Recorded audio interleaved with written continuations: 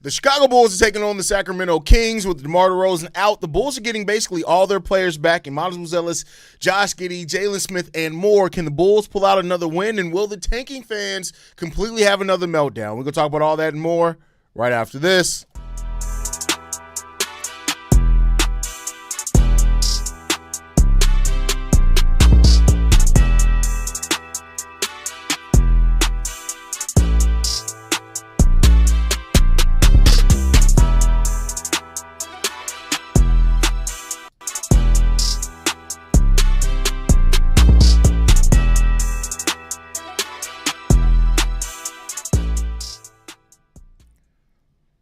What's going on, Bulls fans? Welcome to another episode of Chicago Bulls Central, your number one spot for everything Chicago Bulls related. I'm the host there, Haize, but more importantly, you guys can follow the channel at Bulls Central Pod on every social media platform we happen to be on. With that said, let's go ahead and get into this content today, y'all. And it's Sunday, and the Chicago Bulls are playing basketball today. I told y'all before, we're getting more and more Sunday games now that the NFL is officially over with. And, you know, we'll take that for what it's will. Last week we had an earlier game. This is a later game today, going down at 8 p.m. Central Time, 9 p.m. Eastern for the Chicago Bulls. But they're taking on a Western Conference team in the Sacramento Kings. And this is probably one of the teams that is worse off than the Chicago Bulls. The Kings make absolutely no sense where they are with their roster right now. And this is going to be a battle of the tank. Which team wants to tank worse? That's really what this game is about. And I already know the pro tankers are going to have a complete conniption if the Chicago Bulls win this game, and it's their second game in a row on top of that. Just be prepared for it to be an utter and complete meltdown by some people. There may be some hat tosses if that ends up happening, but hey, it is what it is when it comes down to it. The Bulls are going to come out. They're going to do their thing. It is what it is. Nobody can take away from it. Nobody can force them to do any differently, and we'll see what's going to come out in the wash in this game. Overall, with Matas and Josh Giddey coming back, I'm just looking for those two to really stand out. No, I just want to keep seeing Josh Giddey and Matas Buzelis look like themselves with the version of them that we can come to expect next season, hopefully with a much improved roster around them as well. Even though I know there are some people like Alt Von, I keep calling him Alternate Von because that's what he is, like to hate on Josh Giddey. I've said this before. You know, I understand having your doubts about players, but I never understand actively hating against a player that's on your favorite team just so you can be right about something. That's always been a thing that's just weird to me with some fans in sports. Like, you actively root against a player on your team just so you can be right about something. It's just always been a weird thing to me personally. Like, you guys know, I'm not a big Rob Dillingham guy. I don't necessarily believe the most in Rob Dillingham, but if he ends up working out and turning into a good player, I'm not going to sit there and begrudge it just because I wasn't right about my thought process on his ceiling as a player. But that's a story for another day. You know, it is what it is. I told y'all before, we currently live in take culture where people like to focus more on takes than actual conversation. But that's one thing that we don't do here at Chicago Bulls Central. So let's see how you guys are feeling. We got Corn in the building. Says, what's the good word, King Drip? What's going on, Corn? Glad to have you in the building as always. Brandon Peck is in the building. Shout out to Brandon in the building. TJ Davis says, it's game day. Yep, the Chicago Bulls are taking on the Sacramento Kings. We got my brother Troy in the building. Says, what up, my brother? Been a minute since I've been able to be in a live chat. Listen, it is what it is, bro. That's all I can say. Like, you know, I appreciate you. You know, me and your relationship is one of the few things that is always going to be standard here. You know, I got mad love for you. You ain't always got to show up to a live to be present. That's all I got to say for there. But, you know, I appreciate you being in the building. Just put 1K in the Bulls money line. Let's make some money. You're putting 1K on the Bulls? I mean, I don't know if that's the best use of your assets there, my boy. But, hey, who am I to judge? I'm confident today, boys. I don't know if that is a good thing or a bad thing. Battle of the no-sensing bitches. One team is confused with what direction the other is trying, what the latter did years ago. I don't think the Kings are anymore trying to do what the Bulls are doing. I think they want to get out of everybody on their roster just about it, and we'll see if they have it. Strive for Darren Peterson, AJ, or Cam Boozer. The chances that we get those guys are slim to none, but we'll see. Pro tankers don't watch the games, just the scoreboard. They are not Bulls fans or NBA fans. Well, here's the thing. I mean, you're right to have your opinion. But one thing I've learned in doing this job is that I don't put limits on anybody's fandom. There's a lot of different ways to be a fan of a team. So, I would have said this. I think the majority of a fan base is always going to be casuals. That's just the reality of it. There are more casual fans than diehard fans. But I can't say this because somebody is a pro tanker that makes them any less of a fan. That's just how they choose to show their fandom. That's one of the things that I think I've grown at with doing this job. I used to be very against like people who are just like, you're casual, but now I realize like the majority of people are casual. Like I wouldn't have a job if it was just diehard fans watching Chicago Bulls Central. Like I wouldn't have been able to do this for a full-time living. Like casuals. They're there for a reason. There are some that are more boisterous than others. There are some casuals that are just like, listen, I'm going to catch up with my news where I can, my favorite YouTube channel, and I'm going to watch some of the games that I can watch. You don't get to watch every game. Then there's, of course, some that, they just like to just be loud and just like to be boisterous even though they don't watch a lot of stuff. But everybody has the right to their own level of fandom is the way that I typically look at it now. And that's just how I've grown as a person and looking at fandom and things like that. We've seen this story since 2020. This hasn't been the same story since 2020. That's a lazy statement and a lazy comp. If you think everything's been the exact same since 2020, then you're just looking at a box. You're not actually in reality. What's going on, Caden? Glad to have you in the building. Sup, Haize? How's it going? Have a good day today. I always have a good day. Listen, I'm living my – y'all don't understand. There's very rare that you will ever hear me say I have a bad dream. I live my dream. I get to wake up every day and talk Chicago sports for a living. Let's just be clear. Regardless of the states of the team or not, and regardless of how I feel as a fan as far as supporting those teams, I get to wake up every single day of my life and cover teams that I'd be talking about if I never made a dime doing it. And that's what I get to do for a living. Listen, I feel so happy and blessed to be where I am, and I wouldn't be here if it wasn't for y'all. I got Miller scoring 20 today. I don't know with everybody being back. I think P. Will is even back. So I don't know if Leonard Miller is going to have those opportunities. Giddey triple-double tonight. So Jeremy's just rattling off shit. I'm ready for the draft coverage. I'm ready for draft coverage too. I said I'm going to wait till the end of March though. So I'm waiting till the end of March before I start the draft coverage. Then we're going to get into draft bag very, very heavy. Wasn't Rob Dillingham's comp Kemba Walker with CP3's IQ? See, this is why comps are – you got to understand what comps are. Comps aren't saying that this is the player that they're going to turn into. It's saying that this is the skill set. Now, you got to remember, skill set and caliber of player are very different. You can have two players with same skill sets, but the caliber of player that player are be very different. So that's what you got to understand about draft comps. It's not saying that, he has Kemba Walker, a little Kemba Walker in him. That means he's going to turn into Kemba Walker. It means that this is a similar skill set that he has. Does he turn into that caliber of player? That's completely different, and that is determined by more things. So just keep that in mind. Again, one of the things I've learned in doing this job and how to kind of explain things, that comps don't mean one for one. How you feeling about Sexton so far, Haize? Early days, but he's definitely showing some promise. Curious to see how it plays out for. Yeah, I talked about that on today's daily episode where I talked about I predicted the future of each of the guards on the Chicago Bulls. Colin Sexton has been really good for the Bulls. Really good in his role and bringing some leadership, but I don't know if that means he's going to come back. Not to necessarily say that means that the Bulls won't try to make a ploy to get him back, but I do think some teams are probably going to be calling. We'll see. I'm not going to lie. I do not watch the last few games. I watch your show, but it's hard to watch the game. I go back and forth on the game. I mean, listen, I can't blame anybody. You got to watch the game for your enjoyment. Pro takers aren't Bulls fans. I can think of a quicker way the Bulls would turn into a championship team unless we get top picks. I mean, listen, that is a way to do it, but that's not always the best way to do it. Or the only way, I should say, to do it. Right? That's just what it is. I guess Simons and Ivy are done. I wouldn't necessarily say that.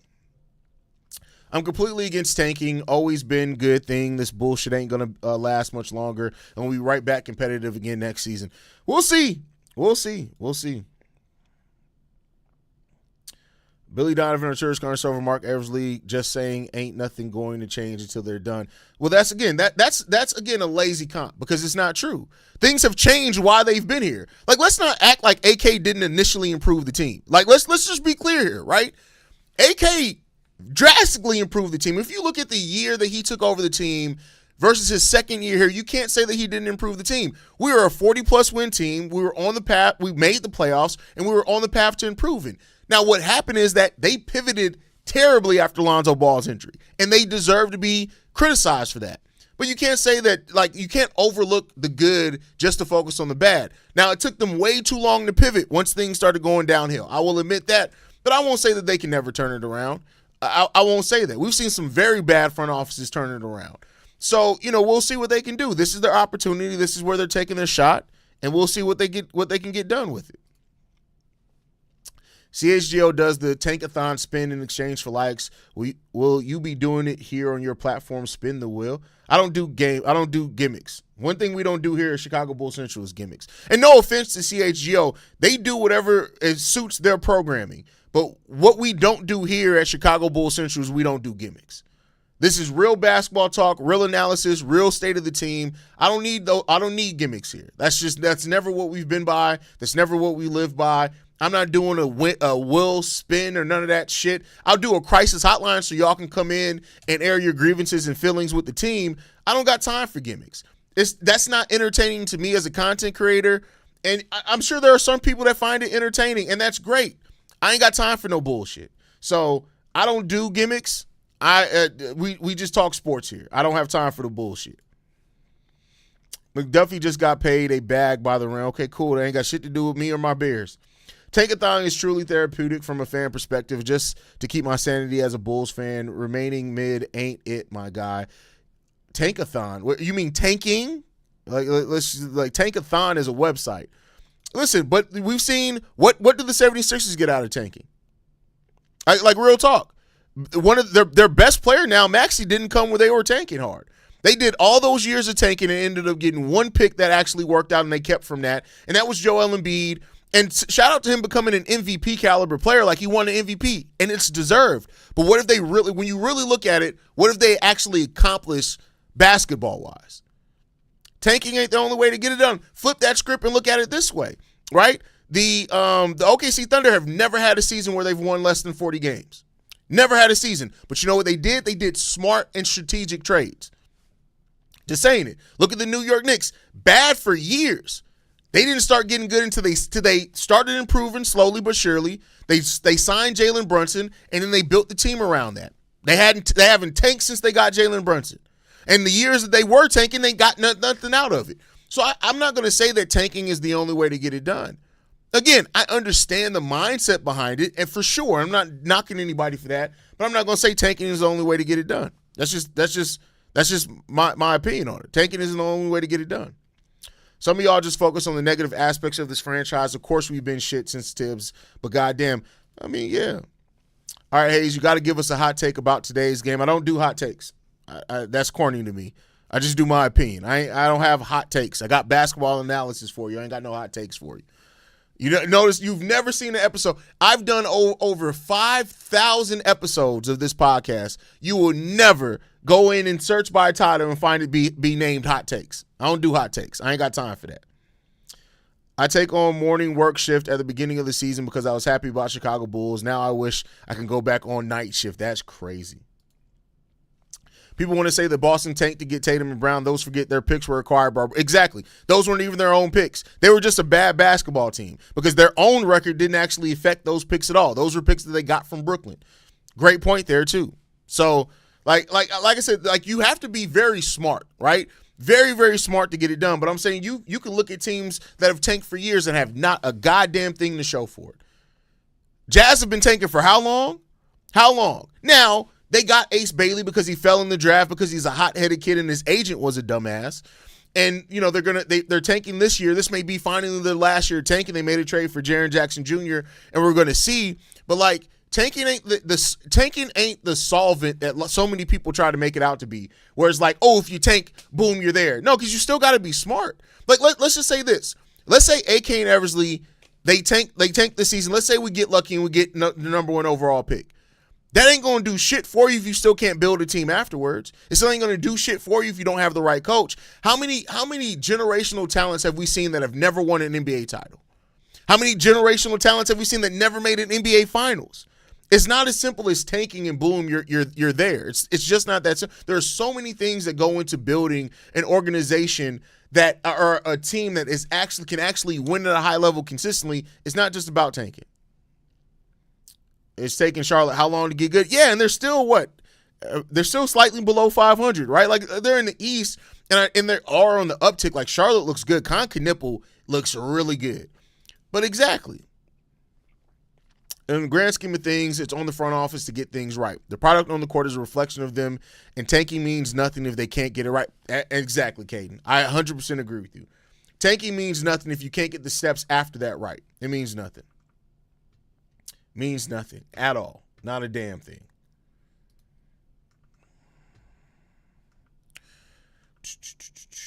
Your thoughts in advance on Morris Johnson from Michigan? I wouldn't mind the Bulls drafting him. He has shades of Joakim Noah. Way too high to draft him at 8 or 9. Way too high to draft him at 8 or 9. Now, if we get the Portland pick too, then maybe. But way too high to talk about drafting him at 8 or 9 where the Bulls pick. Way too high for that. So, we'll see. Of course, the majority of us upset with the state of the franchise, but continue to whine about it won't help shit. Acme has made smart moves at times. Problem is consistently making good moves at the and I hate this, right? People who try to act like because you're not happy with the state of the team, it means like everything is bad, and that's not true. Every decision AK made has not been a bad decision. Now, he's made a lot of bad decisions that have shot the Bulls in the foot, but every single decision he's made along the way has not been a bad decision. It's much like with Ryan Poles. People were trying to Ryan Poles did nothing before the season. It's like, look at all the players that were here before the season started. He made smart decisions. It just all came. There's so much that has to come together for a team to start winning. Actually, like Jaden Quinton, since if we were to luck out and get that Portland pick, I mean, I don't mind it either. It doesn't look like we're going to get the Portland pick right now. It doesn't look like that. Do you believe AK can draft, maximize assets, build a team? Do you trust Billy to develop and utilize the talent? AK is hit or miss, right? Look, let's just go over it. Ayo Dosunmu, a hit. Matas Buzelis, a hit. Noah Essengay, you can't call yet. Dalen Terry did not hit, especially with Walker Kessler being on the board. Julian Phillips was not a hit. He was a second-round pick, though.